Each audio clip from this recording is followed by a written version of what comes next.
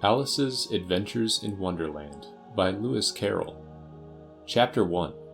Down the Rabbit Hole. Alice was beginning to get very tired of sitting by her sister on the bank, and of having nothing to do. Once or twice she had peeped into the book her sister was reading, but it had no pictures or conversations in it. And what is the use of a book, thought Alice, without pictures or conversations?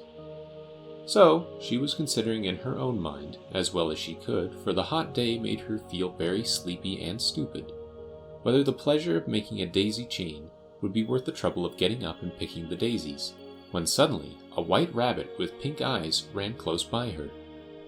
There was nothing so very remarkable in that, nor did Alice think it so very much out of the way to hear a rabbit say to itself, oh dear, I shall be late." When she thought it over afterwards, it occurred to her that she ought to have wondered at this, but at the time it all seemed quite natural. But when the rabbit actually took a watch out of its waistcoat pocket and looked at it and then hurried on, Alice started to her feet, for it flashed across her mind that she had never before seen a rabbit with either a waistcoat pocket or a watch to take out of it, and burning with curiosity, she ran across the field after it, and fortunately was just in time to see it pop down a large rabbit hole under the hedge.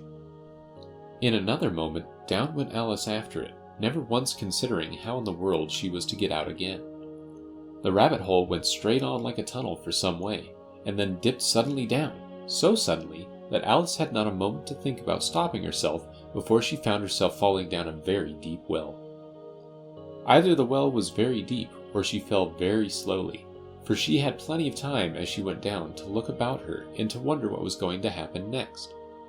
First, she tried to look down and make out what she was coming to, but it was too dark to see anything.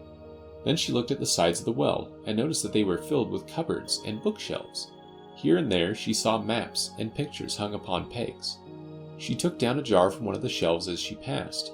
It was labeled Orange Marmalade, but to her great disappointment it was empty.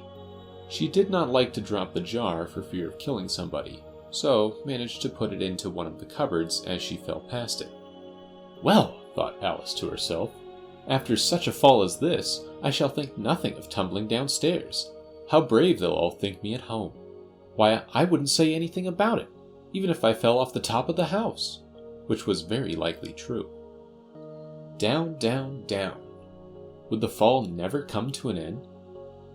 "I wonder how many miles I've fallen by this time," she said aloud. "I must be getting somewhere near the center of the earth. Let me see. That would be 4,000 miles down, I think." For you see, Alice had learnt several things of this sort in her lessons in the schoolroom, and though this was not a very good opportunity for showing off her knowledge, as there was no one to listen to her, still it was good practice to say it over. "Yes, that's about the right distance. But then I wonder what latitude or longitude I've got to." Alice had no idea what latitude was, or longitude either, but thought they were nice grand words to say. Presently she began again. "I wonder if I shall fall right through the earth. How funny it'll seem to come out among the people that walk with their heads downward. The antipathies, I think." She was rather glad there was no one listening, this time, as it didn't sound at all the right word. "But I shall have to ask them what the name of the country is, you know. Please, ma'am, is this New Zealand or Australia?" And she tried to curtsy as she spoke. Fancy curtsying as you're falling through the air. Do you think you could manage it? And what an ignorant little girl she'll think me for asking. No, it'll never do to ask. Perhaps I shall see it written up somewhere. Down, down, down. There was nothing else to do, so Alice soon began talking again. "Dinah'll miss me very much tonight, I should think." Dinah was the cat. "I hope they'll remember her saucer of milk at tea time. Dinah, my dear, I wish you were down here with me. There are no mice in the air, I'm afraid, but you might catch a bat, and that's very like a mouse, you know. But do cats eat bats, I wonder?" And here Alice began to get rather sleepy, and went on saying to herself in a dreamy sort of way, "Do cats eat bats? Do cats eat bats? And sometimes, do bats eat cats?" For you see, As she couldn't answer either question, it didn't much matter which way she put it. She felt that she was dozing off and had just begun to dream that she was walking hand in hand with Dinah, and saying to her very earnestly, "Now, Dinah, tell me the truth. Did you ever eat a bat?" When suddenly, thump, thump, down she came upon a heap of sticks and dry leaves, and the fall was over. Alice was not a bit hurt, and she jumped up to her feet in a moment. She looked up, but it was all dark overhead. Before her was another long passage, and the white rabbit was still in sight, hurrying down it. There was not a moment to be lost. Away went Alice like the wind, and was just in time to hear it say as it turned a corner, "Oh, my ears and whiskers, how late it's getting!" She was close behind it when she turned the corner, but the rabbit was no longer to be seen. She found herself in a long, low hall, which was lit up by a row of lamps hanging from the roof. There were doors all round the hall, but they were all locked, and when Alice had been all the way down one side and up the other, trying every door, she walked sadly down the middle, wondering how she was ever to get out again. Suddenly, she came upon a little three-legged table, all made of solid glass. There was nothing on it except a tiny golden key, and Alice's first thought was that it might belong to one of the doors of the hall. But alas, either the locks were too large or the key was too small. But at any rate, it would not open any of them. However, on the second time round, she came upon a low curtain she had not noticed before, and behind it was a little door about 15 inches high. She tried the little golden key in the lock, and to her great delight, it fitted.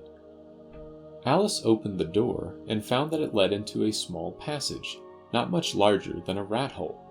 She knelt down and looked along the passage into the loveliest garden you ever saw. How she longed to get out of that dark hall and wander about among those beds of bright flowers and those cool fountains. But she could not even get her head through the doorway. And even if my head would go through, thought poor Alice, it would be of very little use without my shoulders. Oh, how I wish I could shut up like a telescope. I think I could, if I only knew how to begin. For you see, so many out-of-the-way things had happened lately that Alice had begun to think that very few things, indeed, were really impossible. There seemed to be no use in waiting by the little door, so she went back to the table, half hoping she might find another key on it, or at any rate a book of rules for shutting people up like telescopes. This time she found a little bottle on it, which certainly was not here before, said Alice. And round the neck of the bottle was a paper label, with the words, "Drink me," beautifully printed on it in large letters. It was all very well to say "drink me," but the wise little Alice was not going to do that in a hurry. "No, I'll look first," she said, "and see whether it's marked poison or not." For she had read several nice little histories about children who had got burnt and eaten up by wild beasts and other unpleasant things, all because they would not remember the simple rules their friends had taught them, such as that a red-hot poker will burn you if you hold it too long, and that if you cut your finger very deeply with a knife, it usually bleeds. And she had never forgotten that if you drink much from a bottle marked poison, it is almost certain to disagree with you sooner or later.